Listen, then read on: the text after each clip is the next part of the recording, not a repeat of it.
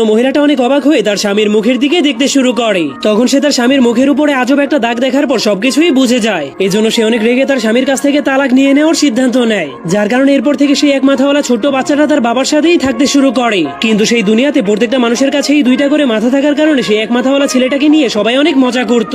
এজন্য স্কুলের কোনো বাচ্চারাই তার বন্ধু হতে চাইতো না, যার কারণে তারা সবসময় তাকে অপমান করে স্কুল থেকে বের করে দিত।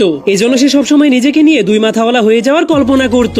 সে চাইতো সবাই তাকে বাকি মানুষদের মতোই ভালোবাসুক। কিন্তু একদিন ট্রেন দিয়ে যাওয়ার সময় একটা মেয়ের সাথে তার পরিচয় হয়ে যায়। তখন সেই মেয়েটা প্রথম দেখাতেই তাকে ভালোবেসে ফেলেছিল, যার ফলে তারা খুব দ্রুতই একজন আরেকজনের কাছাকাছি চলে আসে। কিন্তু এত ভালোবাসার পরেও যখন এক মাথাওয়ালা ছেলেটা নিজের চেহারাকে আয়নার সামনে দেখতে পায়, তখন তার মনের মধ্যে একটা ভয় ঢুকে যায়। এজন্য সে মেয়েটার ভবিষ্যতের কথা ভেবে তাদের সম্পর্কটাকে ভেঙে ফেলার সিদ্ধান্ত নেয়। এরপর ব্রেকআপের পর সে অনেক মন খারাপ করে বাড়িতে গিয়ে তার বাবাকে জড়িয়ে ধরে কান্না শুরু করে দেয়। কিন্তু তখনই তার বাবা তাকে একটা প্লাস্টিক সার্জারি করার হাসপাতালের কার্ড দিয়ে দেয়। তখন সে জানতে পারে তার বাবাও আগে একজন এক মাথাওয়ালা মানুষ ছিল। এজন্য সে প্লাস্টিক সার্জারি করে তার দ্বিতীয় নাম্বার মাথাটাকে লাগিয়েছিল।